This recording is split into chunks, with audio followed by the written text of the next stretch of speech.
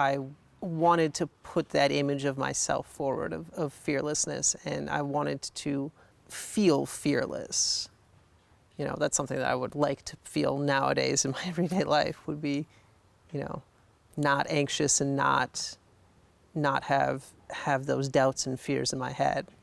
So maybe there was something Freudian going on, I don't really know.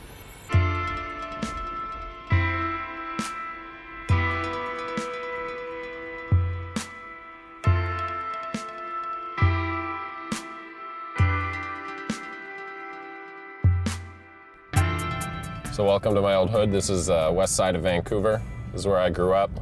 And actually another person that grew up a couple blocks away from me is poker pro Ben Wilinofsky.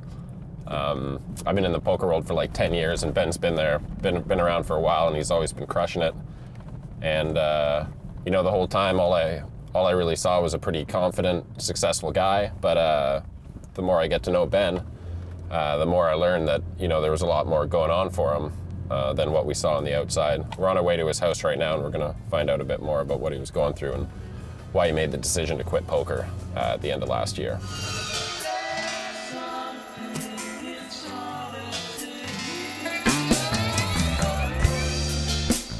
When I was getting outside stimulus from poker that said, yes, you're good, look at the numbers getting bigger, and look at how people respond to you and think of you, and you have fans and you have people who think that you're good, and you have these objective measures, and so it's a salve. It's something you rub on the wounds to make them not hurt so much, but it doesn't heal them in any sense. Right.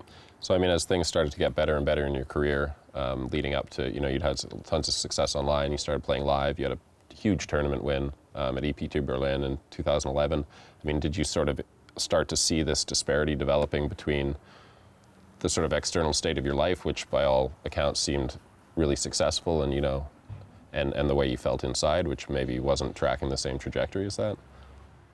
Yeah,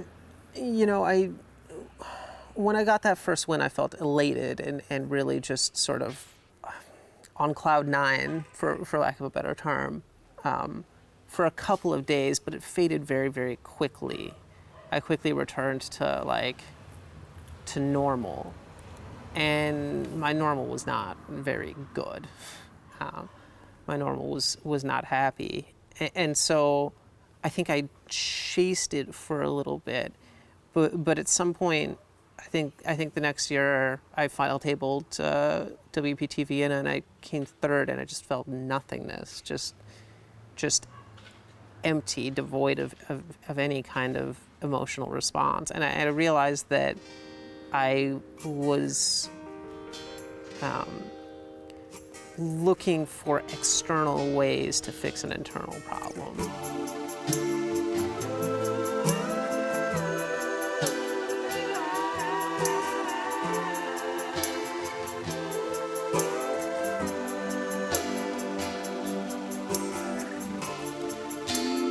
Were you kind of going through this stuff on your own? I mean, was this something that you were willing to talk about with people? Did your family and the people closest to you really understand the scope of what you were going through, or did you sort of play it off and try to say, you know, everything's great, and try to deal with this stuff all on your own? I don't think I tried to deal with it at all. I don't think I really acknowledged it to myself.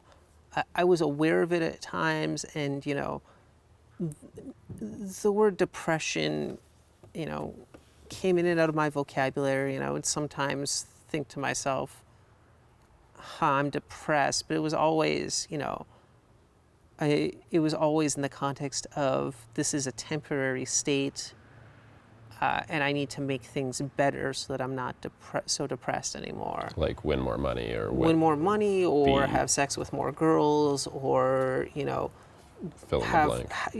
Have whatever thing, you know, I have to achieve this thing, and once that thing is achieved, you know, my depression and my sense of self-worth will sort themselves out based on that thing.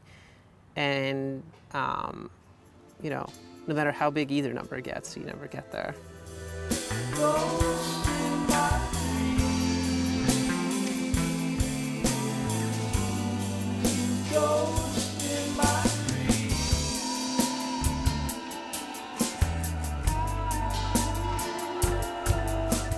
put it out there and to be honest and open and vulnerable with someone else about what's really going on in your life, it's liberating because you don't have to put up walls anymore. You don't have to put on this mask, this brave face about how everything's okay, how you're in control of your life. Now that I have accepted and identified the problem, what next? It's not all just magically fixed all of a sudden. No. You try one thing, and therapy or pills or exercise or yoga or meditation or whatever, you try and you try and you try and you try again. And so I've tried a lot of things. Poker's not the problem, but it's not part of the solution either. I mean, my energies can be really limited. You know, on my bad days, I get 6 hours out of bed. And those 6 hours are precious, and I can't be spending it on something that's not a part of the solution.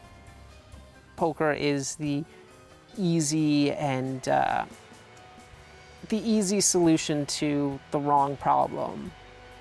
And I don't want to do that anymore. So I just kind of have to not do it anymore, is the simple answer. And I have to go start at the bottom of something else, and I have to dig in, and it has to be something I keep going with and just keep going and going until I either hit a wall and say, no more, this isn't the thing, or I get through the wall and you know, see what's on the other side.